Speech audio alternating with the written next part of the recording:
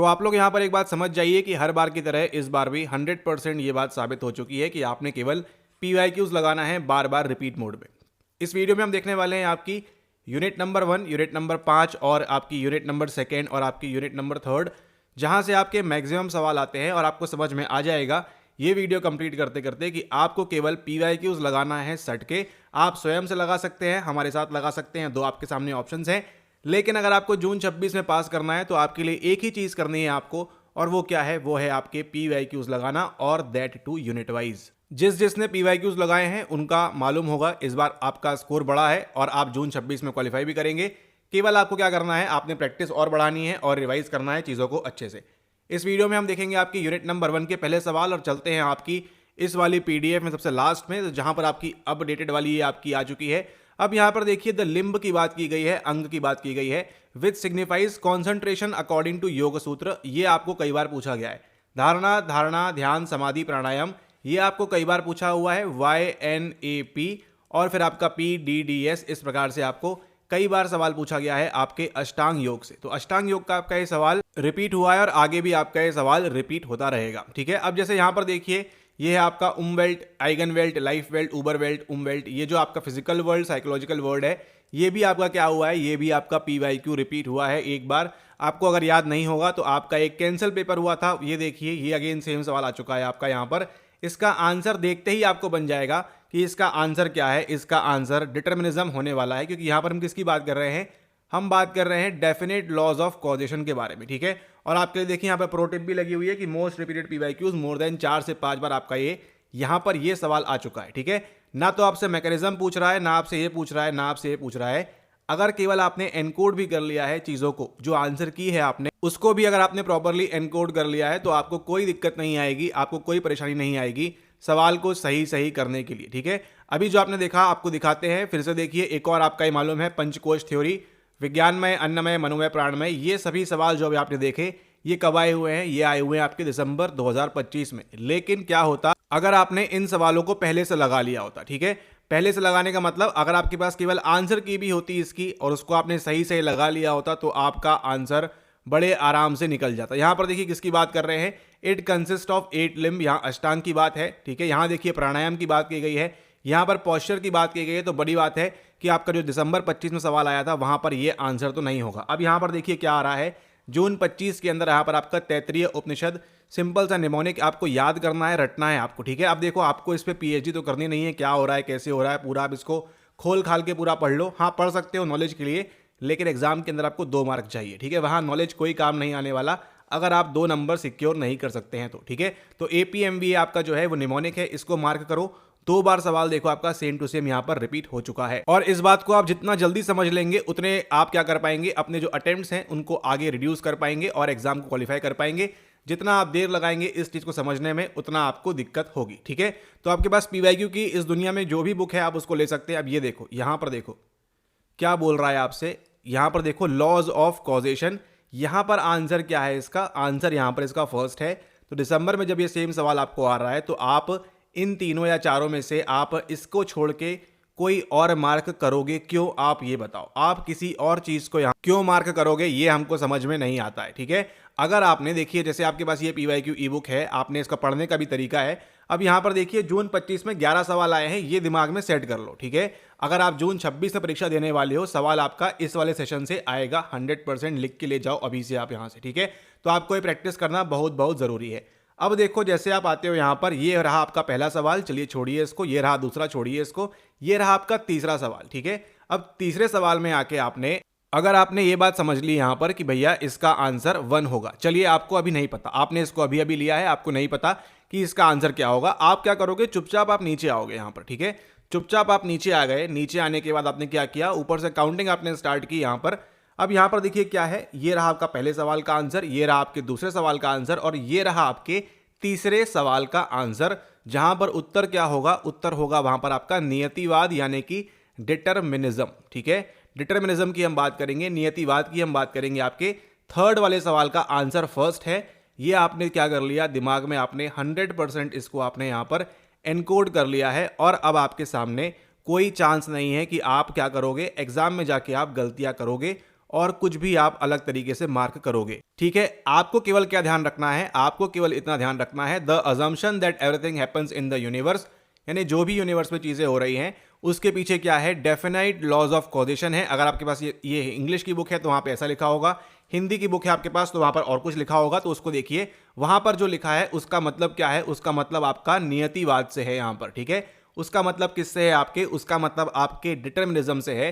तो ये आपको ध्यान रखना है कि यहां पर जब भी हम बात करेंगे इन कॉज के नियमों के बारे में, इन लॉज ऑफ कॉजेशन के बारे में, तो आपको क्या ध्यान रखना है, यहां पर किसकी बात होगी, यहां पर केवल एंड केवल आपके डिटर्मिनिज्म की बात होगी। इसलिए आपको बोलते हैं यहां पर कि आपने क्या करना है, पीवाईक्यूज लगाना है आपने अच्छे से बार बार। ठीक है, और वो भी कैसे लगाना है, वो भी यूनिट वाइज आपने लगाना है। ये नहीं कि आज 1 यूनिट का लगाया, फिर 10 का लगा रहे हैं, फिर तीसरे का आ गया बीच में, फिर चौथे का आ गया, तो वो ईयर वाइज अगर आपके पास है तो वो भी प्रैक्टिस कर सकते हैं आप, लेकिन उसके लिए आपको लंबा, आपको एफर्ट्स एक्स्ट्रा देने होंगे। ठीक है, लेकिन अगर आपके पास यहाँ पर यूनिट वाइज जमे हुए ऑर्डर में प्रॉपर तरीके से आपको मालूम है तो आपको जो है इसमें काफी हेल्प मिलती है। ठीक है, बाकी आगे आप देखिए यहां पर एक और सवाल देखते हैं। यहां पर ये देखो, यहां पर क्या है, meditation as a state of mind can be achieved by the combined effect of, यहां पर देखिए धारणा है, ध्यान है और समाधि है।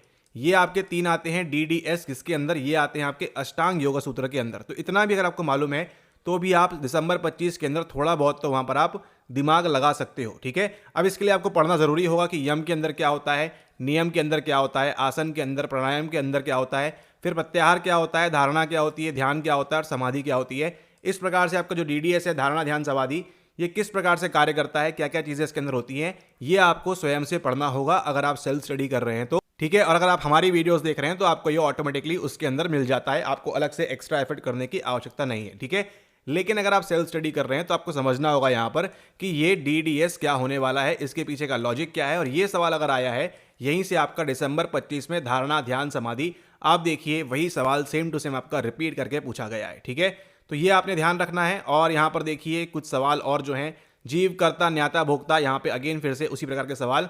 तो अभी आपने देखा कहां पर, ये देखो ये क्या है आपका, यहां पर देखो एक और वर्ड दिया हुआ है लेकिन सवाल नहीं पूछ रहा है। अब यहां पर देखिए फिर से वही चीज आ गई है, क्या पूछ रहा है आपसे, every behaviour has a cause.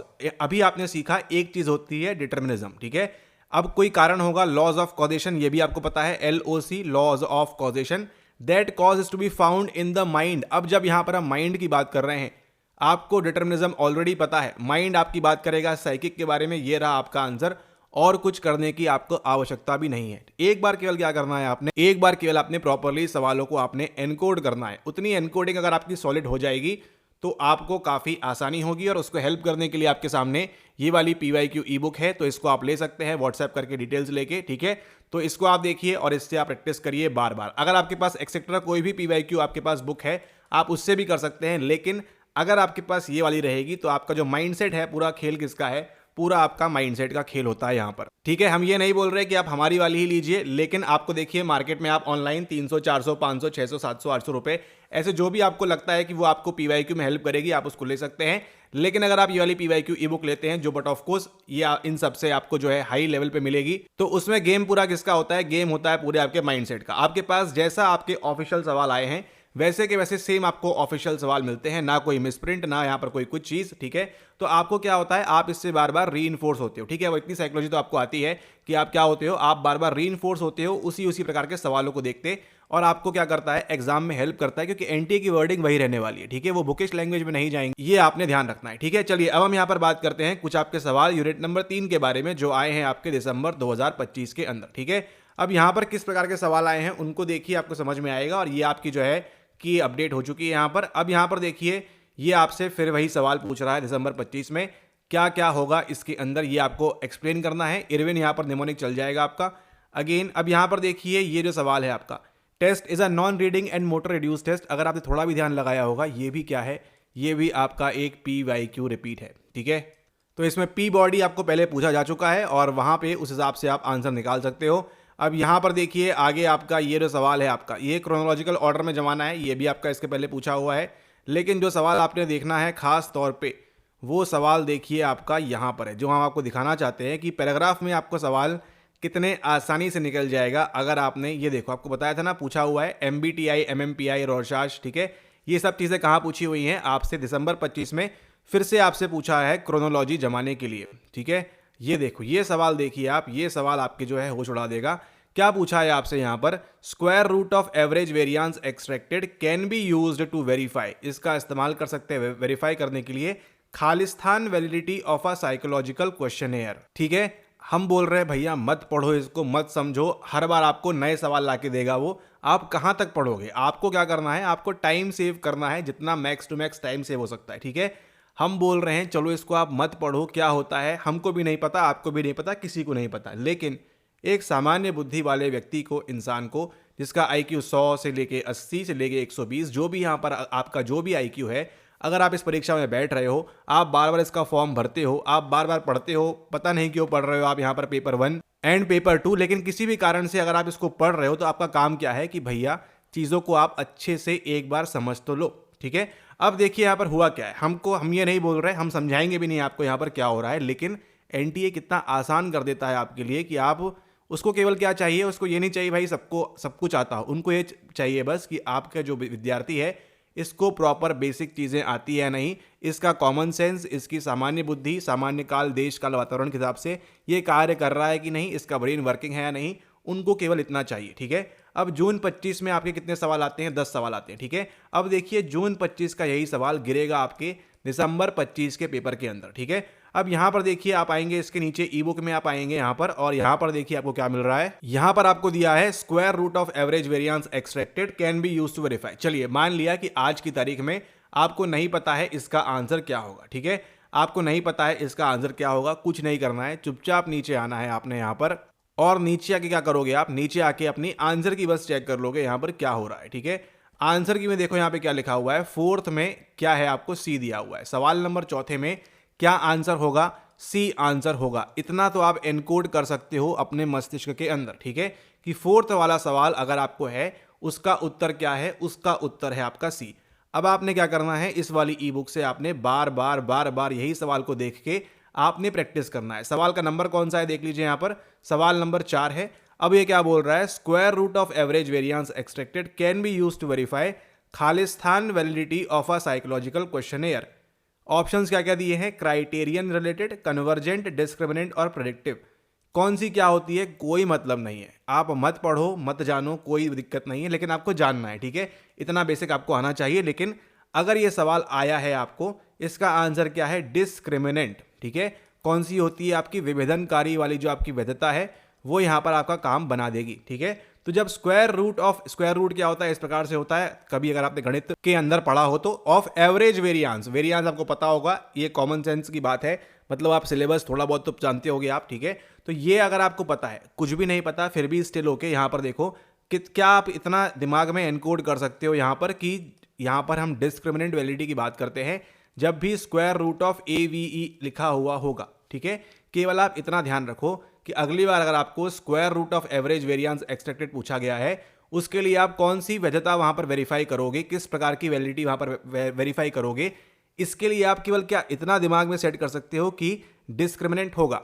अब क्या होता है, कैसे होता है, कौन करता है, क्या नहीं करता है, उससे कोई मतलब नहीं है, लेकिन आपको 2 नंबर लाने के लिए केवल इतना एनकोड करना है कि वहां पर कौन सी वैलिडिटी काम करेगी, डिस्क्रिमिनेंट करेगी। इसको आप बार 5 बार जब आप इसको बार बोलोगे तो क्या होगा, आपके दिमाग में LTP बनेगा और आपके दिमाग में ये जो नर्व न्यूरॉन जो सिग्नल भेज रहा है फटाफट भेजना स्टार्ट करेगा, और आपका जो है एग्जाम में अगली बार देखो अब क्या होगा मैजिक, जून 26 के अंदर जैसे ही आपने क्या कर लिया, ये वीडियो देख रहे हो हमारी, जून 26 में अगर भूले भटके उसने फिर से square root of average variance extracted पूछ लिया, आप धड़ाक से जो है यहाँ पर डिस्क्रिमिनेंट मार्क कर दोगे बिना कुछ सोचे समझे। सोचना समझना नहीं है, सोचना समझना है एग्जाम में आने के बाद। ठीक है, लेकिन जहां पर ऐसे सवाल हैं आप स्वयं से अभ्यास कर रहे हो, आपको क्या करना है, आपको वहां पर टाइम सेव करना है। अब देखिए यहाँ पर जादू क्या होता है, और अब आपको यहाँ पर समझ में आएगा कि आपको जो PYQ ई बुक है आपकी तैयारी में कितनी हेल्पफुल रहेगी। आपको केवल क्या करना है, इसको बार बार प्रैक्टिस करना है। ठीक है, क्योंकि हमारा काम है आपको सभी ऑफिशियल चीजें प्रदान करना। अब देखिए क्या होता है, दिसंबर 25 के अंदर आपका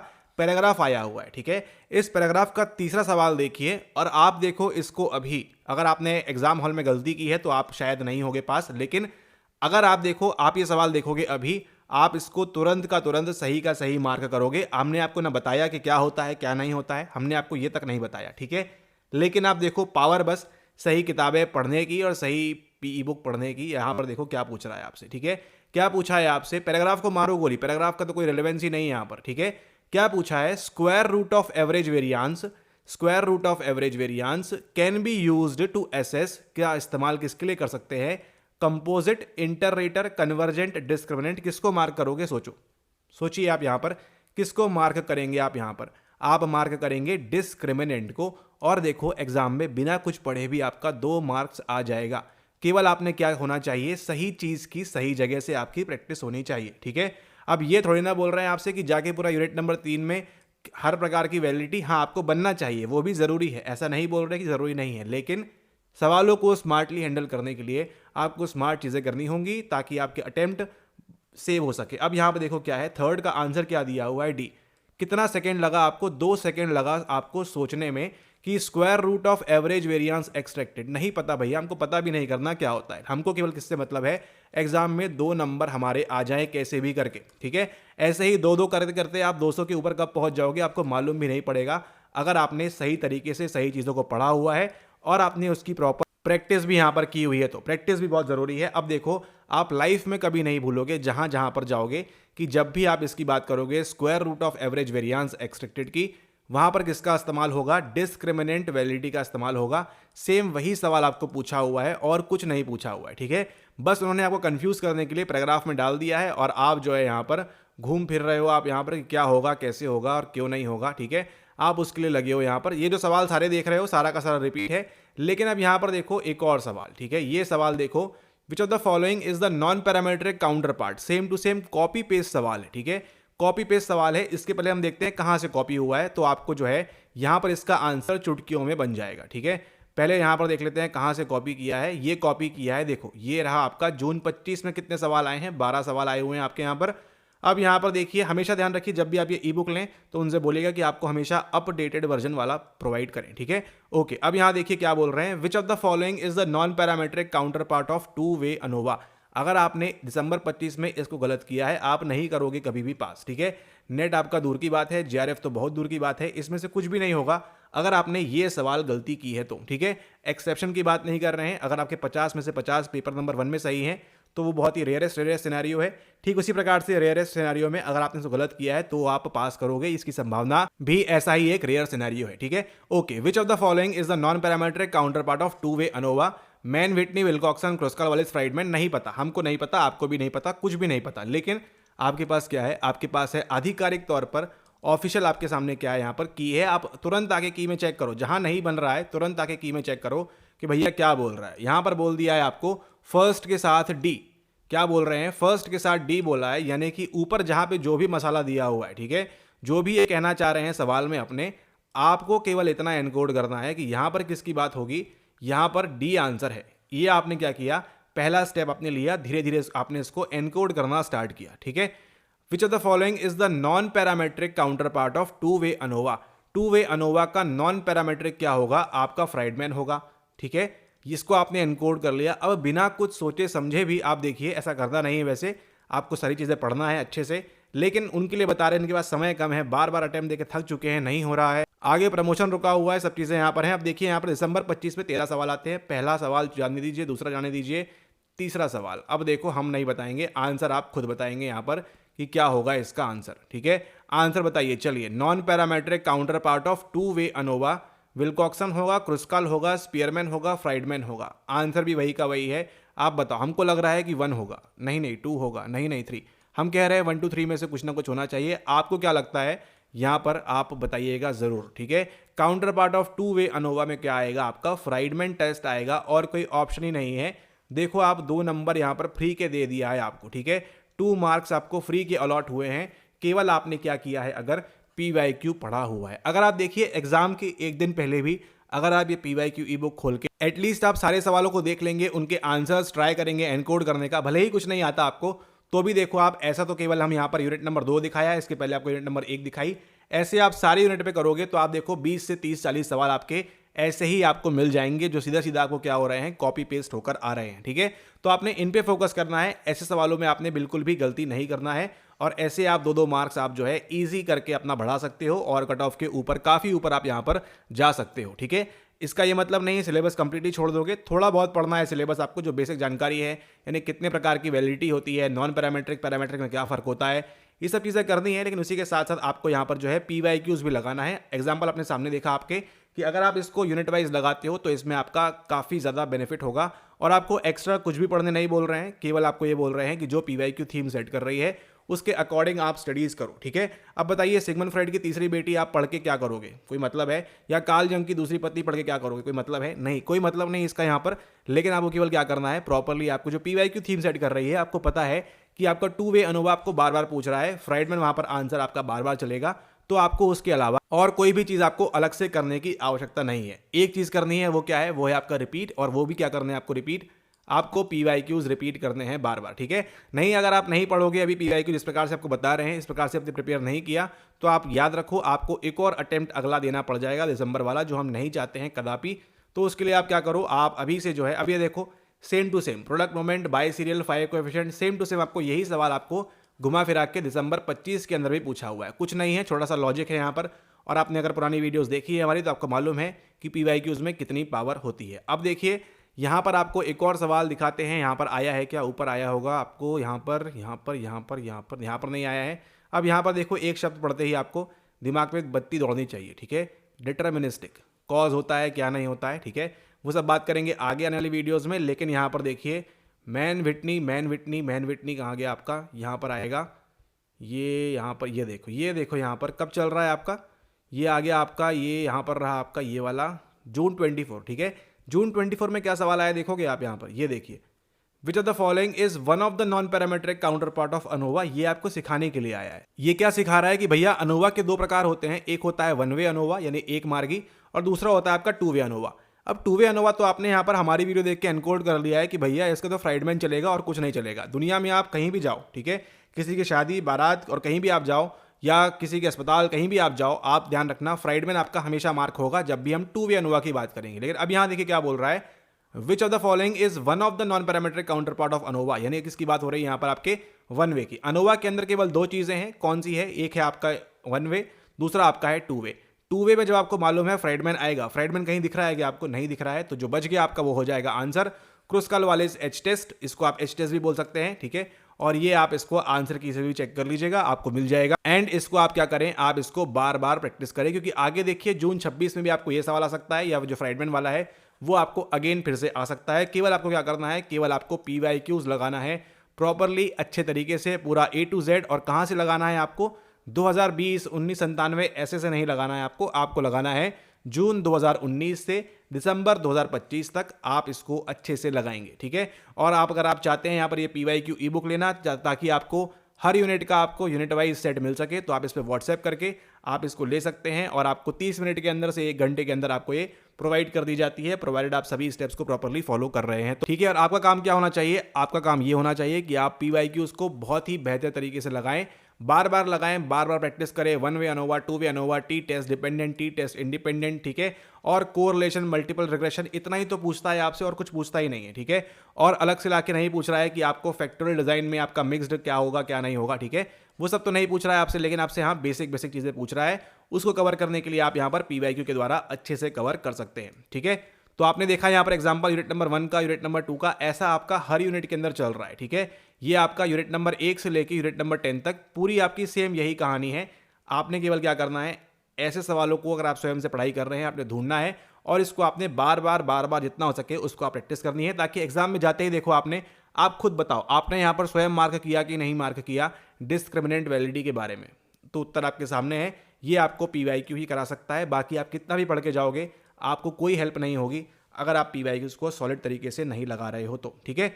ओके, इसी के साथ वीडियो समाप्त करते हैं। जल्दी आपसे मुलाकात होगी, आपका रिजल्ट वगैरह भी आता होगा, उसके बाद हम बात करेंगे और डिटेल में आपके आने वाले सेशंस के लिए। तो जिन भी लोगों के पास ये PYQ ई बुक नहीं है, लेना चाहते हैं, वो ज़रूर लेना इसको, आपको जो है काफ़ी फ़ायदा होगा, और इससे आपको काफ़ी कम समय में आप जो है यूनिट वाइज चीज़ों को अच्छे तरीके से प्रिपेयर कर सकते हैं। Thank you and have a nice day ahead.